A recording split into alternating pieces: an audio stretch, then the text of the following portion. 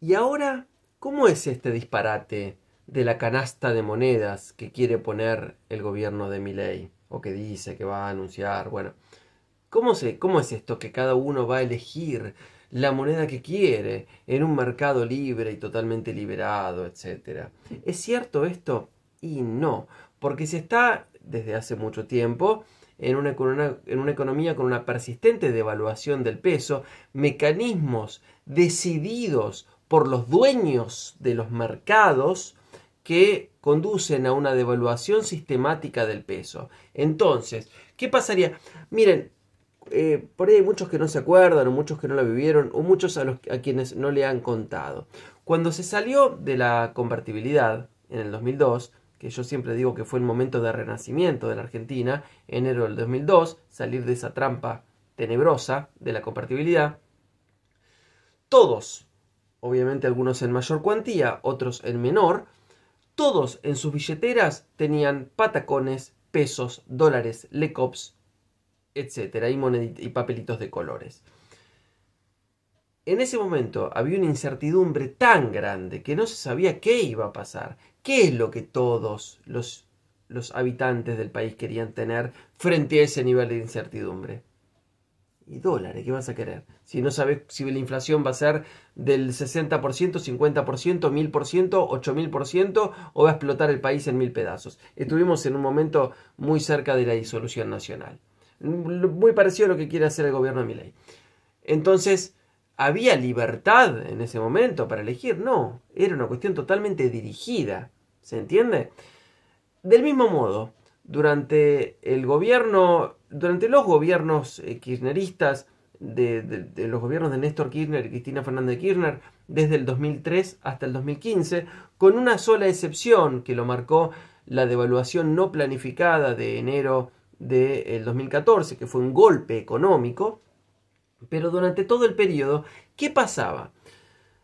Había una inflación relativamente baja comparado con ahora, ¿no? Si durante el gobierno de Néstor Kirchner había una inflación del 9% anual, después durante los gobiernos de Cristina Fernández de Kirchner se transformó en 2 dígitos y termina con una comparativamente alta inflación de aproximadamente el 25%. Pero la devaluación, es decir, la suba del precio del dólar, era menor. Vamos a hacer en múltiplos de 5 para que se entienda fácil. Supónganse que la devaluación era de aproximadamente el 15% anual y la inflación sería, supónganse, el 25% anual. Más o menos, no importa si un poco más, poco menos, para que se entienda el concepto.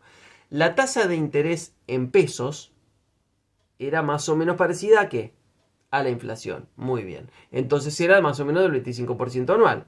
Entonces, en una libertad libre y totalmente liberada de la voluntad humana y todo eso de los argentinos, ¿qué es lo que uno prefiere? ¿Tener sus ahorros en dólares donde no hay tasa de interés?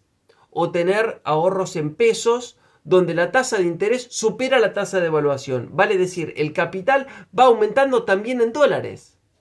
¿Qué es lo que quería la gente que podía entender esto? ¿Cuál era el negocio? Más allá de la voluntad, el deseo y el color preferido de cada uno. ¿Cuál era la conveniencia? Y tener el dinero en pesos colocado en tasa de interés que supera la devaluación. Entonces, ¿es así que una canasta uno va a elegir siempre el dólar? Y no. Depende de cómo están armadas las cosas, obviamente. Si ahora viene una situación en la cual se prevén devaluaciones sucesivas, es posible que se venda la totalidad del país, que Argentina deje de ser Argentina, que se despedace la nación. ¿Y qué es lo que vamos a querer todos los argentinos para salvar nuestra propia integridad individual y etcétera? ¿Y qué vamos a hacer? ¿Y nos vamos a refugiar al dólar? ¿Qué vamos a hacer? Bueno, eso es la mentira de la canasta de monedas que conduce hacia una dolarización que es la venta absoluta del país. Es el programa de los jefes de Milei, ¿sí? Las grandes corporaciones transnacionales que tienen nombre: Templeton, BlackRock, Starlink, Amazon, bueno, todas las empresas que quieren venir a robarnos absolutamente todo de este país que es tan rico. Y en esto de la economía libre o no libre, voy a terminar lo de hoy con una frase de Perón que me parece que es bastante elocuente, suficientemente elocuente. Dice, la economía nunca es libre y nunca lo será. La economía es siempre dirigida.